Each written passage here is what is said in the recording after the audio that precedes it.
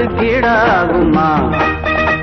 பல தேசம் முழுதும் பேசும் மொழிகள் தமிழ் போல் இனித்திடுமா? சொர்க்கமே என்றாலும் அது நம்மூர போல வருமா? அட என் நாடு என்றாலும் அது நம் நாட்டுக்கீடாகுமா?